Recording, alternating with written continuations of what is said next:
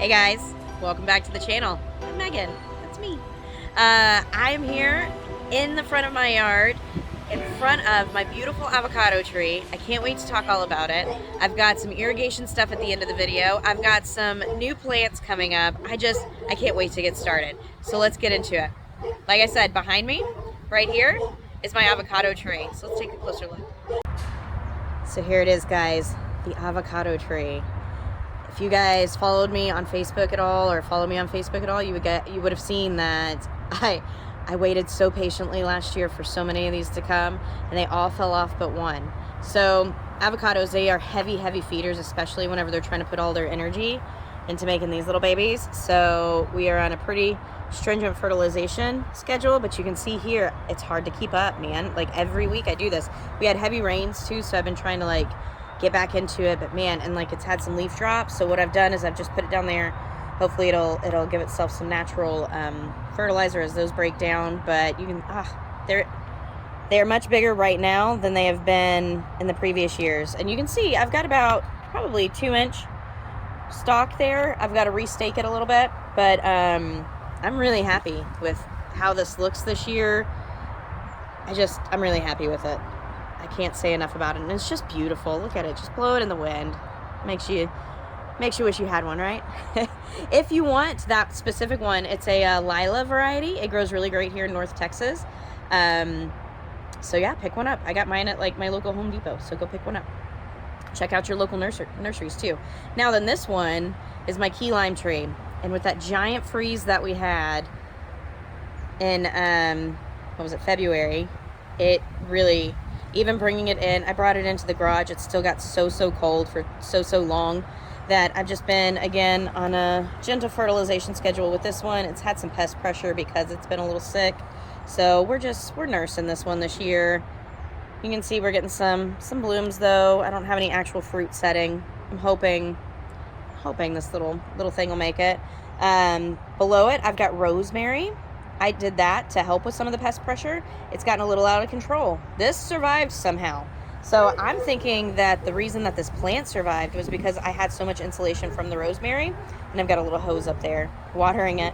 But I don't know about you guys. If you love rosemary, this is an awesome combination to grow together because lime and rosemary are amazing together. Don't believe me? Try it out. It's awesome.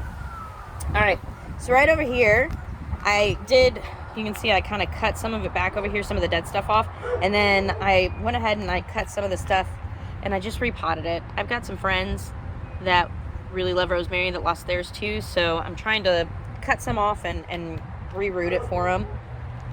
We've got some romaine lettuce here. I just put some I think it's called Rocky Top lettuce mix from Baker Creek. I just put that in there, but this is just your run-of-the-mill romaine.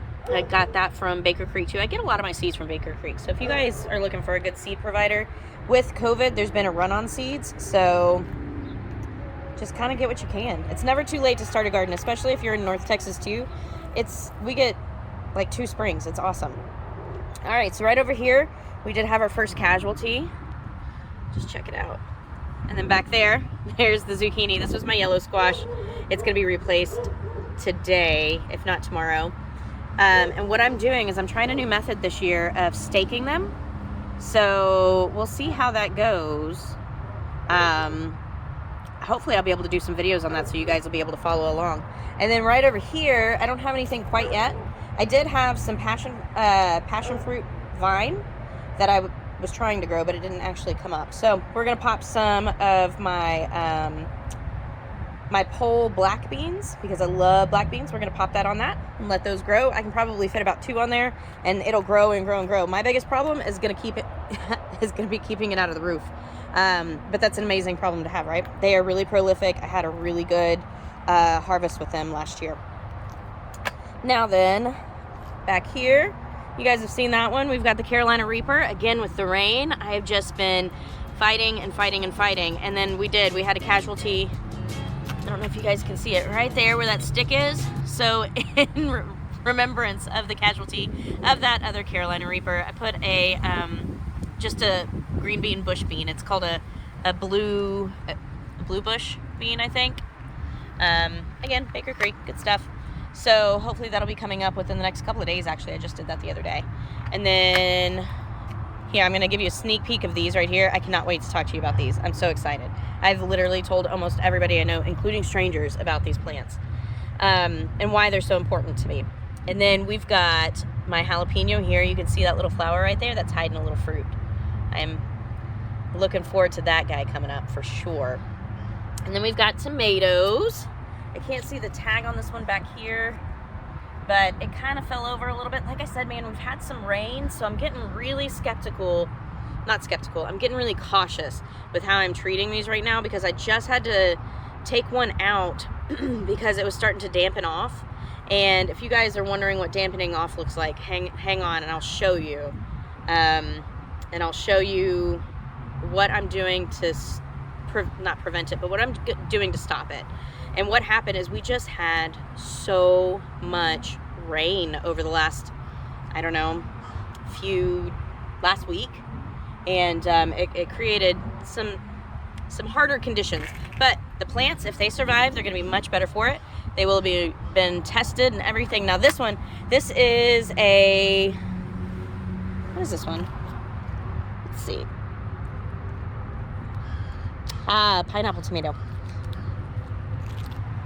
So the pineapple tomato, this one's really cool. I've kind of talked about it in previous videos. If you want more information on it, go back there. But yeah, so this is a really great plant. I've had really good success with it the past couple of years that I started growing it. And a good friend of mine who gave me the seeds lovingly calls it cracked tomatoes because they are that good. They're like like a large, well, I'm not going to say large because they're not the same size as a regular like store tomato, but they're good size. I can't wait to show you some once it starts getting put on.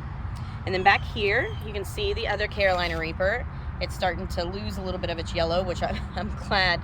Some of these, man, they just took a hit. So I'm looking forward to the fruit on that. We're not going to see fruit on that probably until it starts to get really warm outside. Like Carolina Reaper, ghost peppers, the super hots, they love hot weather. We do have a little triage tomato here. I'm trying to nurse that one back to health. And then we've got a yellow squash right here next to a cabbage that this was like a trap plant last year for me, and it has been through the hot summer, it has been through the cold. Like, this thing doesn't die, and if I can catch more bugs with that thing too, it's gonna be awesome. I can't wait. Speaking of trap plants, and I kind of hit on it a little bit with the rosemary being a pest deterrent, right over here with the squash, what I'm gonna do, or the zucchini, what I'm going to do with that one is I'm going to plant some arugula underneath it once it gets a little bigger. That way I'm not fighting for root space. But arugula, at least the version that I have, it's called Sylvetta. And it is spicy and quite pungent. So I planted it with my tomatoes, and I've talked about that before. I've planted it with my tomatoes, and it has kept the hornworms off, which if you're looking for a hornworm deterrent, like really spicy, pungent arugula, maybe your ticket. It's been really good for me. And then I've got what I'm replacing it, the one that died over there, what I'm replacing it with over here.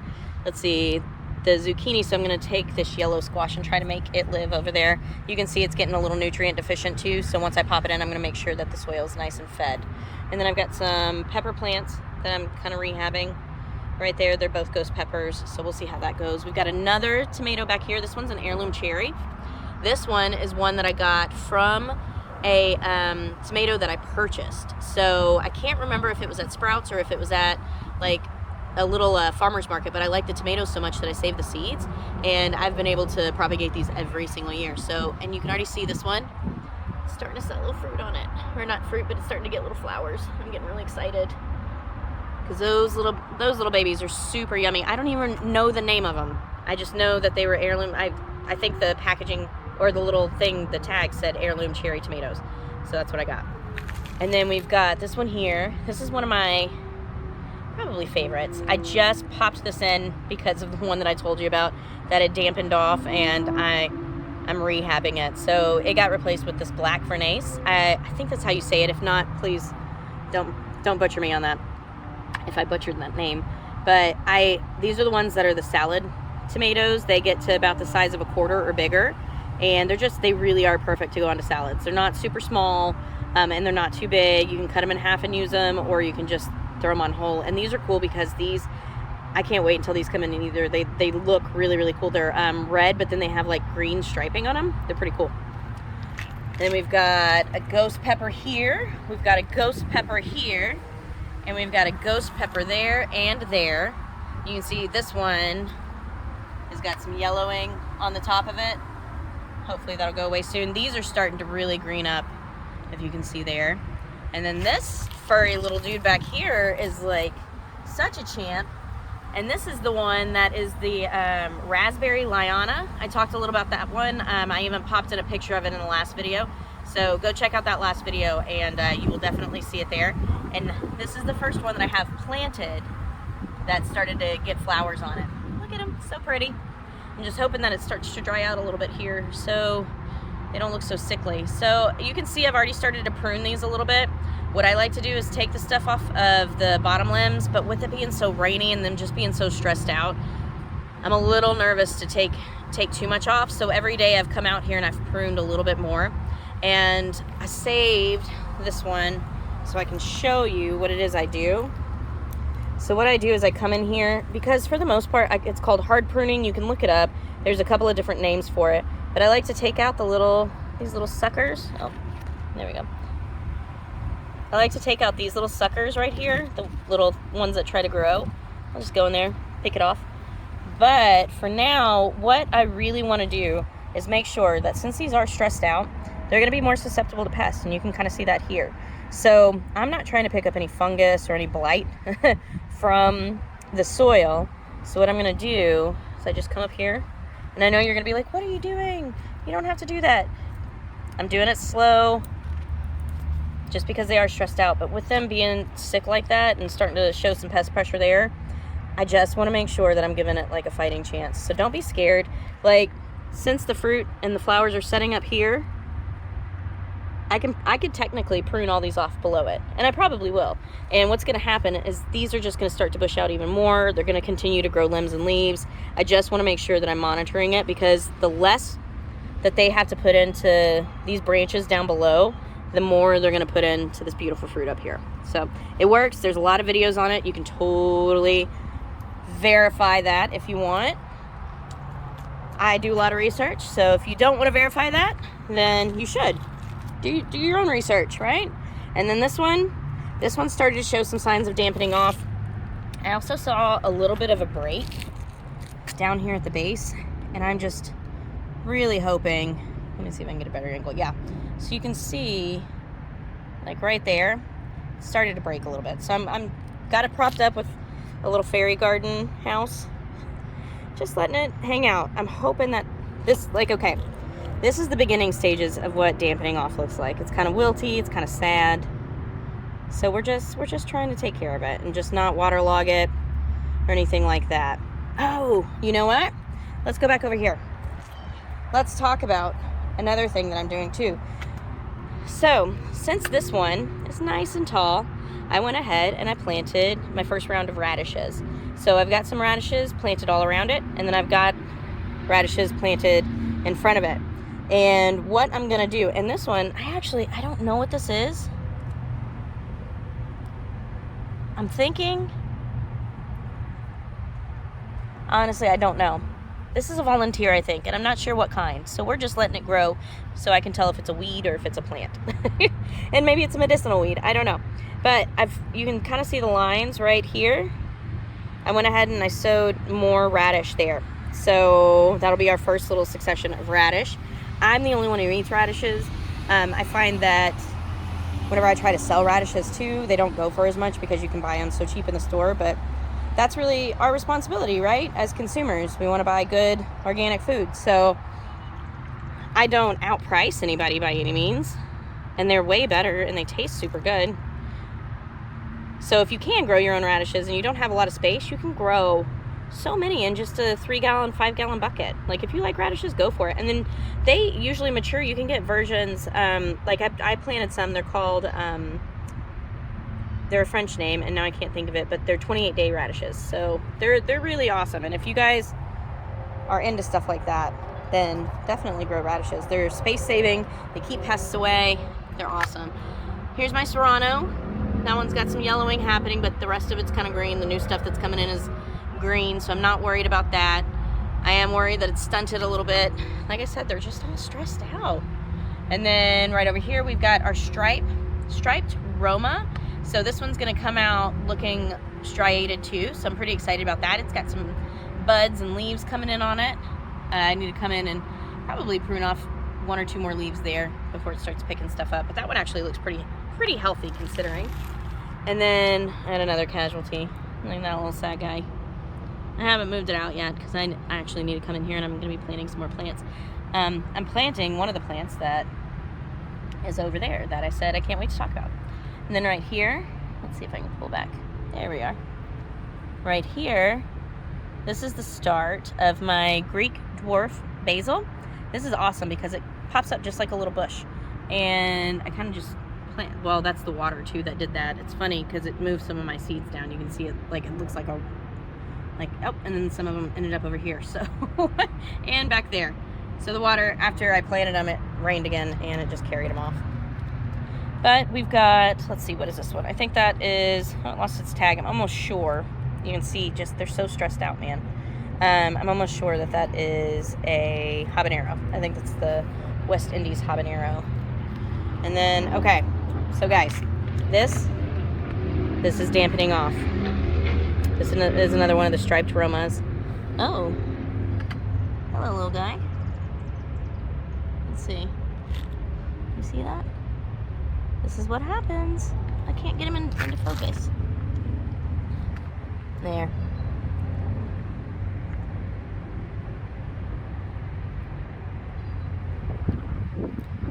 Hello, little guy. I'm gonna have to take you off. That's what happens though whenever you start to get stress on your plants. Like the insects know, and they'll come and get it. So that's why just keeping really healthy plants is necessary. Now I'm gonna smush him, but I'm gonna do it off camera so you guys don't have to witness a murder. That's, you know, nobody wants to do that. But that's the kind of pest control that I use, is these little guys right here, right there. They're good at it. Got another casualty. That was one of the West Indies too. So, and then back there, another Tabasco. That one, I think my sprinkler system was just not hitting that section. So I don't know, maybe it did dampen off. I'm not sure, but that was one of the first ones to dampen off and go. So that was a bummer.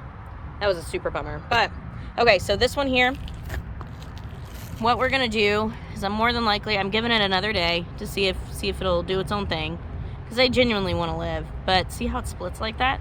What I'm gonna do is I'm gonna split it and then I'm gonna reroot it and see if that works. The yellow pear that I took out yesterday, I rerouted it, I trimmed back some of the leaves. It's coming back like a champ. So I'll be able to replant that one, and I'll show you guys what that looks like here in a minute. All right over here, we've got a West Indies habanero. So that one looks way healthier. I haven't done anything different or special to this. It's just a preferential part of the garden, I guess. And it's digging it. So looking forward to some habaneros. I love habaneros. Habaneros and serranos are probably my favorite tasting peppers. And then I've got jalapenos too, because I do like jalapenos. And then if I have guests come over and stuff like that, they tend to prefer, if they like spicy foods, they prefer the jalapenos. But the jalapenos, I get it really hot too. And then we've got the black vernace here. You can see it's starting to get some pretty little leaves. It's got some fruit. Oh, let me see if I can get it in focus.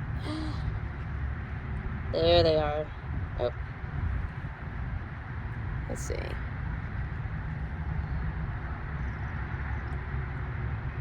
Some little flowers coming up. Pretty neat. It's a, black vernace as well. And then I've got this one back here, and I don't know what that one is because I can't see the tag. But I am looking forward to it. So what you can't see is all the thousands of Roman chamomile seeds that I planted over here. And again, we'll get to that in a second. So I can't wait for those to pop up. I've planted some more beans over here too, and some more of the basil. You can see a little piece of it started to pop up right there. I've got some little chewed on pieces here. The water just really carried those seeds everywhere, which is fine. I mean, it is what it is. It's nature, right? Oh, we need to go get my watering can.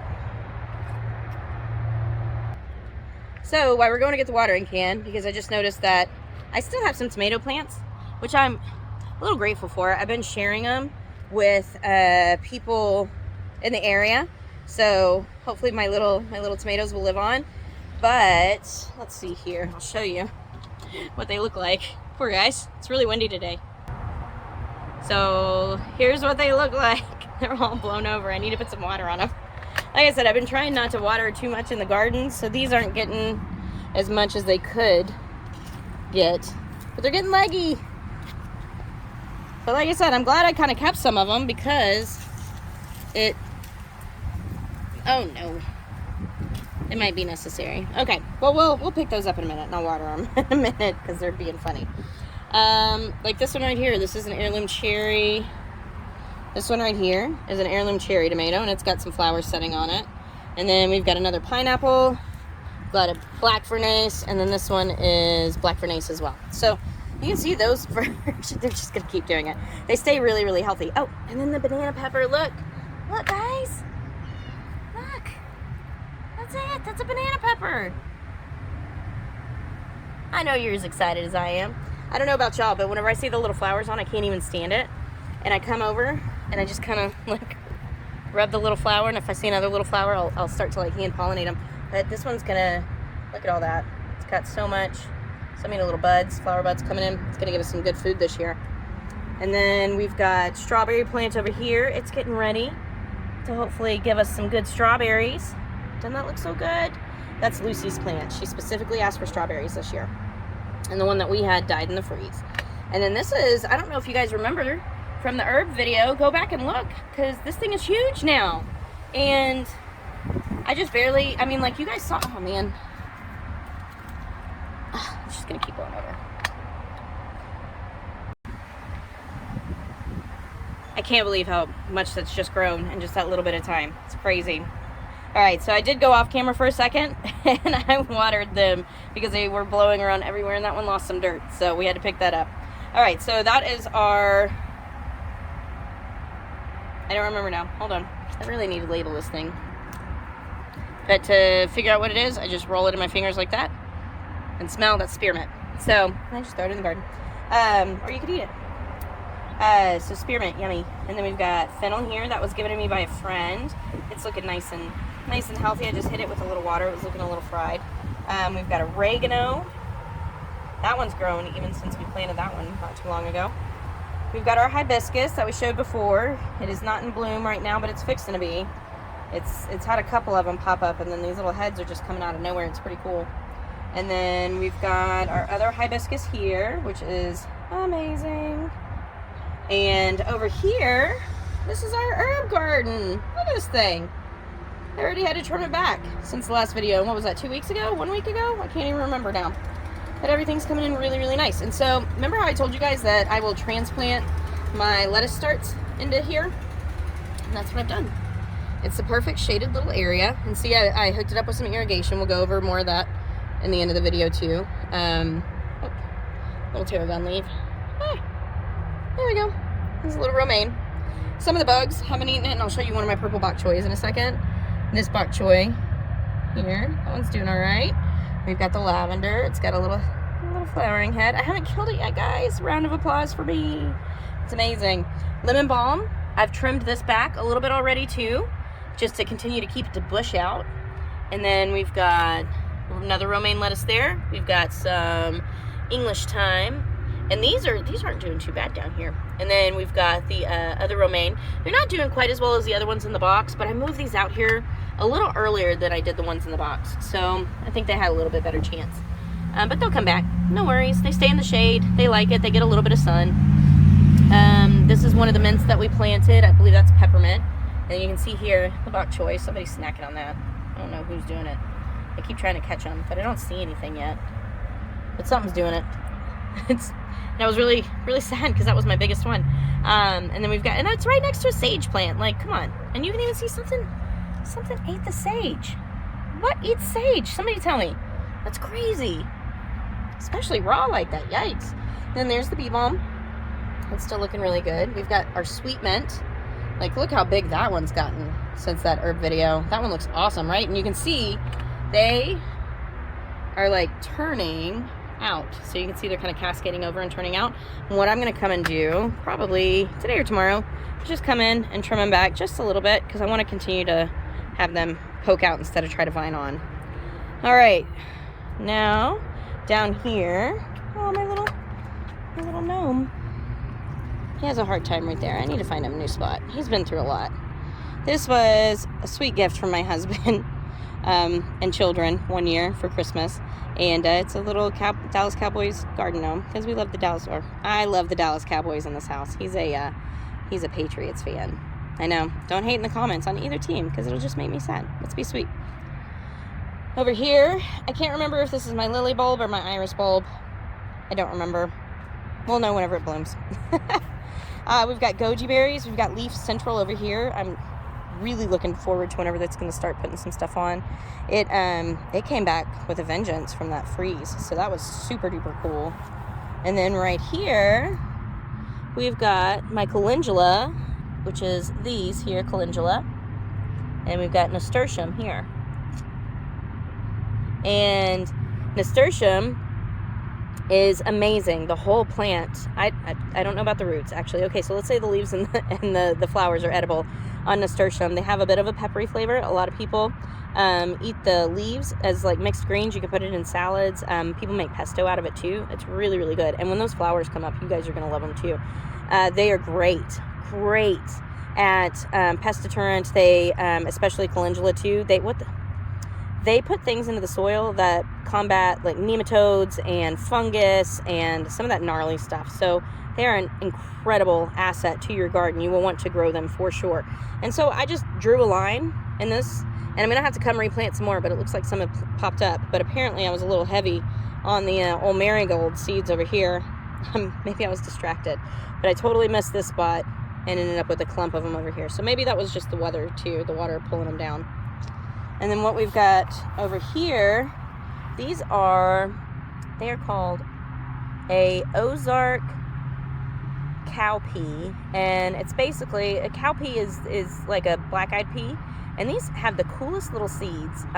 Once they start coming out too, you'll see it, but they just poked up, so I'm excited about those. Beans of all nature are nitrogen fixers, so what they do is they pull in nitrogen out of the air and they pump it back down into the dirt.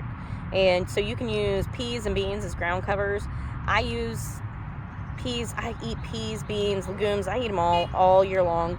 So having a supply of these is a really good idea. I planted these about a week before I planted my other green bean bush beans. So I like to do a succession of them, that way you're always in beans. I'll come back through and I'll pop some more in different spots in the garden too, just to make sure we have a nice flow, because with bush beans, what they tend to do is just put on kind of once. I don't know, I've not grown these Ozark variety before, but in my experience, the bush beans don't put on all spring and summer long, but the pole beans do, so it's good to have a variety of them.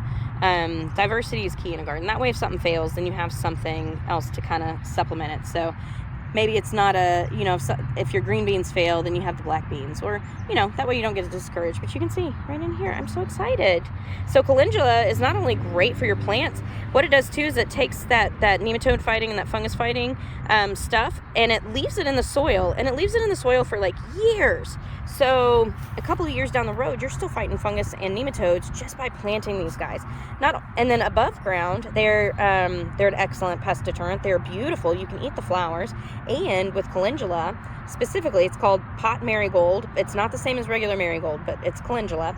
And you can make it into salves whenever you do tinctures with oils, and you can make them into different teas. But they've been shown to heal bruising and cuts and just expedite the healing process. They're really, really powerful plants. Everybody should be growing them for multiple reasons, but definitely incorporate them into your garden. You can buy them they're in stock at Baker Creek right now, and today is, I'm gonna say like March 8th. Not March, it's May 8th. So it's May 8th, 2021 right now, and they had them in stock, so go buy some because you need them. Anyway, beautiful beans. Now then, let's look at the raspberries. The raspberries are already starting to put some flowers on, which I'm super stoked about. These canes are about 4 years old, 3 or 4 years old, I can't remember, but look how beautiful they are. We got some more flowers over there.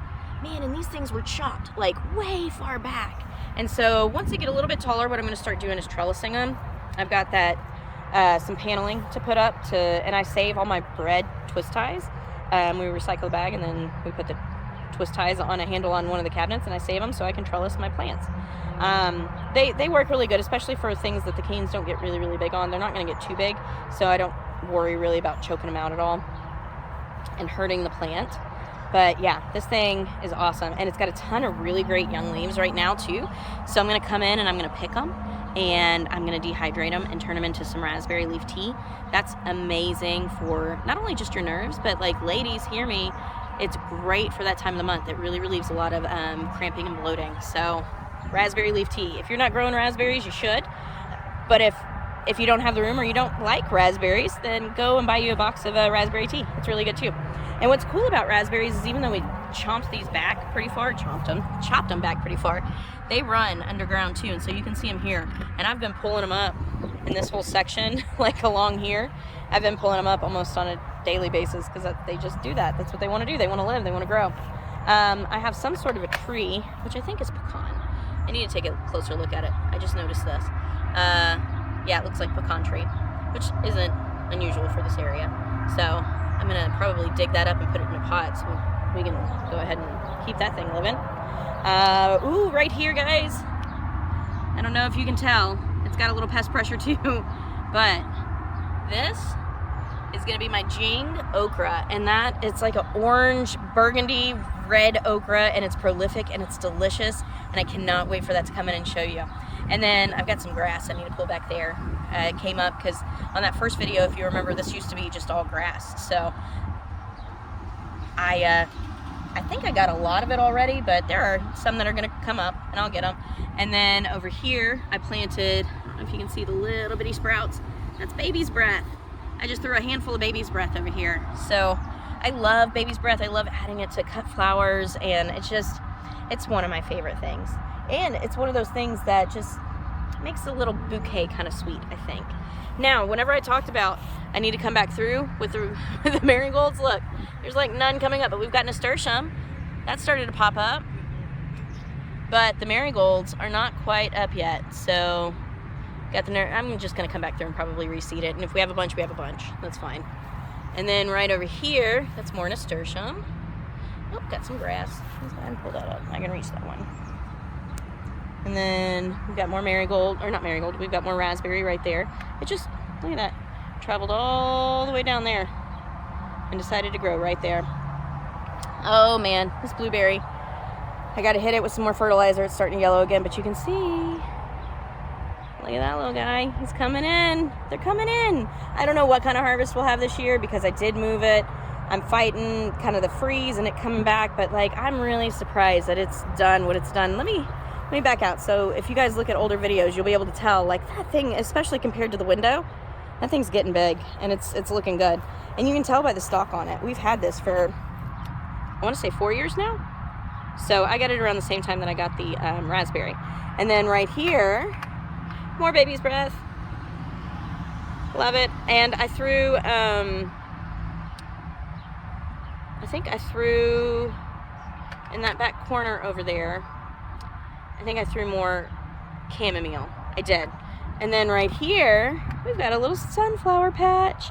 Now, this is a lesson learned too, is read the package before you plant something, because the smaller variety that I thought this was is actually going to grow to potentially 10 feet tall.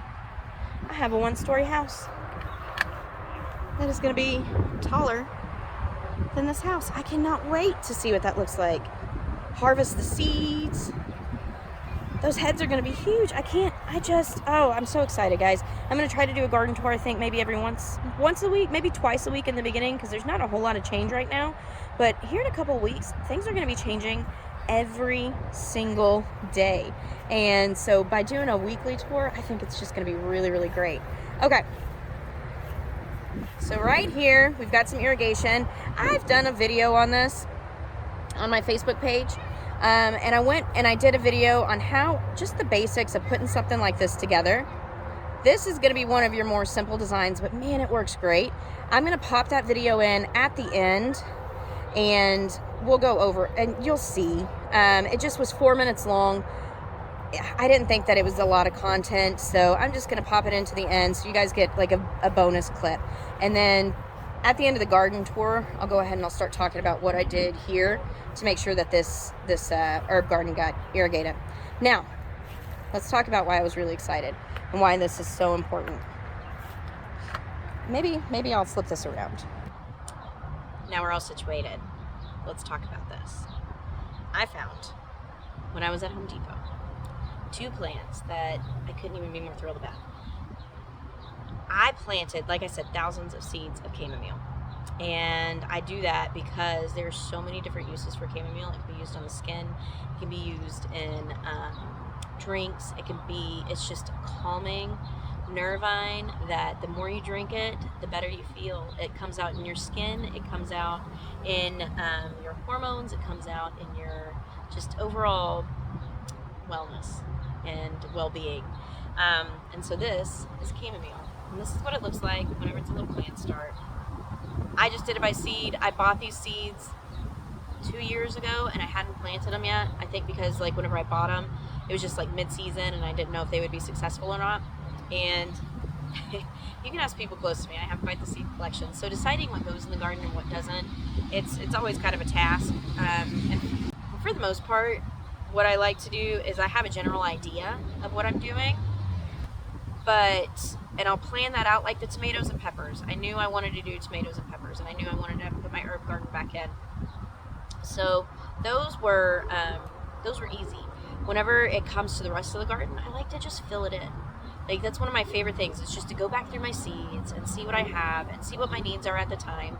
And I've just been really pulled to chamomile lately, and to know that I had the seeds and the ability to grow it was amazing.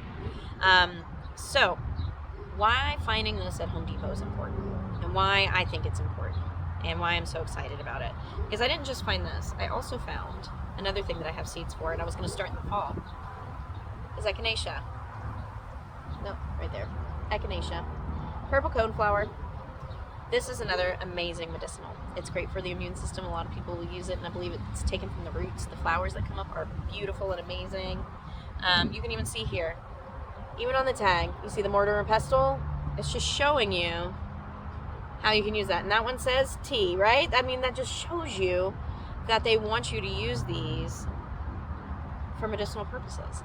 And to find this in such a mainstream place like Home Depot, that's why this is incredible. That means that people are starting to talk with their wallets. Whenever people talk with their wallets, a lot of things can happen.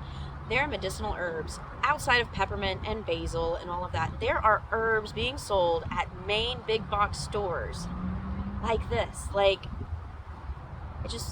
it makes me happy. It makes my heart really happy. And it lets me know that, hey, we're heading in the right direction.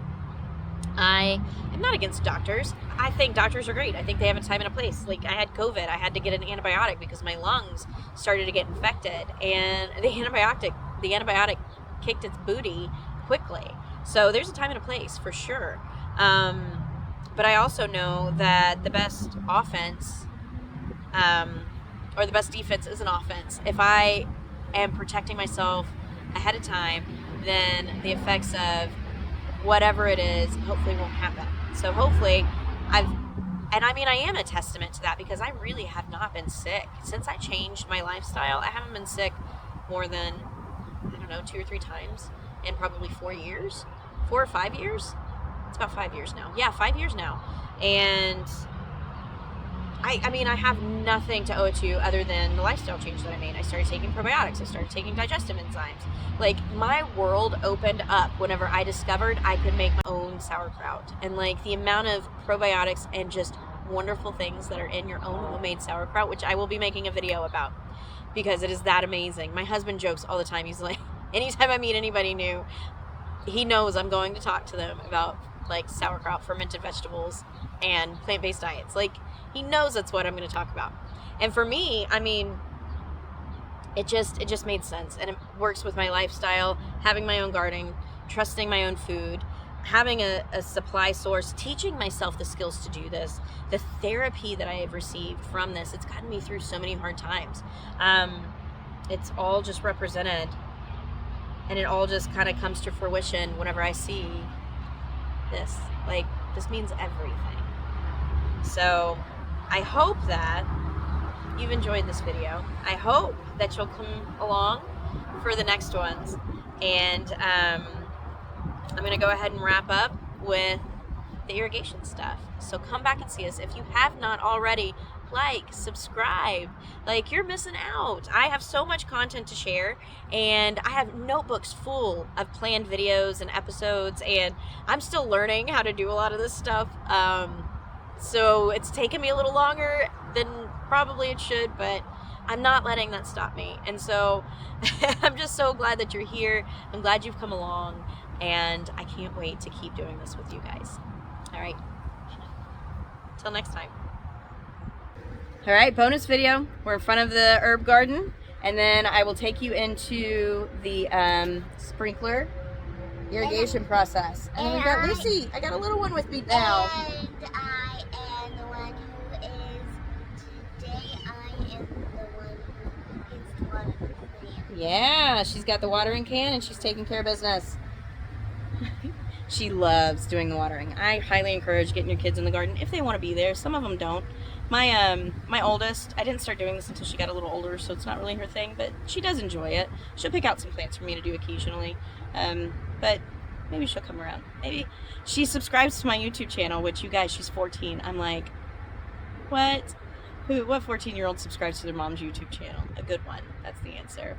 All right, so let's get to it. I'm going to flip you around so we can take a better look. All right, so we're going to start right here. You can see that this is not rocket science. And I'm actually going to be changing this. They make connectors that fit this size hose into a little adapter, and then you can screw it onto your irrigation. Thank you, sweetie. Look. Oh, good job. And then I've just got a soaker hose that I had left over, and I used an end piece and then a little connector to put it to the faucet. I'm definitely going to change that. It puts out way too much. It just wastes too much water. So I've used a non-perforated micro hose here, and then you follow it all the way up. And then I've got it staked down to kind of hold it in place, but that's a non-perforated piece there. And then I went ahead and I switched to the soaker, the micro soaker hose. And so I've just kind of snaked it along, and then I connected it to a non-perforated onto a soaker hose, and then strung it along, non-perforated. And then what I did is I just dropped it behind and have it come out right here, again using the stakes, and then the non-perforated to the perforated hose, another stake just to hold it in place. And then I did the non-perforated right back there because I didn't need to water right there. So it's all those little things you can do to save water. That's why, again, I'm changing out that other piece. And then I just carried it all the way down. Now, in my other video that you saw, I talked about gravity and letting it do the job for me, and I'm totally going to do that. And I will be in the whole video. Yeah, and I'm actually going to be taking out this row here, that second row, and then that last row, because the water that comes out of this is more than enough, and it just drains down. So I'm not trying to have a porch full of water, for one, and I'm not trying to waste water. Like, it's just not useful. And what I'll do with some of that extra is I'll probably coil it up underneath here, and that way that one's getting watered too. Now this one over here, it gets watered by the current sprinkler system that I have. Those micro emitters do a really, really good job. Mommy, what is that pink thing? I'll show you in just a second. Is that a word? No, it's a wire. It's a stake. So the micro emitters, I'm a huge fan of. And let's bust into the video where I show you how all of that happened. And look at that. Even in the video, you're going to hear me talk about trying to line that up and straighten it out. Look at that. Like, I've done this, I don't even know how many times. And that is not straight. Luckily, the pieces that I used really allot themselves to being able to, like the heads on them, I'll get a little closer and you'll see it. You can actually move those back and forth so they can get everything they need to. All right, let's hop over to that video. Now I'm going to show you how to connect an elbow joint to two pieces of the PVC using the primer and the glue. You will definitely want your glove for this. The primer stains and the glue is very sticky, so you don't want to get any of that on your hands. Come on in. This is the primer. It's going to be the purple one. You want to make sure that you get inside the joint, and you want to get around the outside. And what this is doing is it's preparing the surface of the PVC, so there's a nice smooth adhesion, and that way you get a permanent joint. After you've primed everything, what I like to do is I'm going to hold the PVC in the one hand. I'll take the glue. You don't need a whole lot. Make sure to kind of clean it off. The stuff does drip and it doesn't go away. And if you get it on your skin, you'll have a hard time getting it off.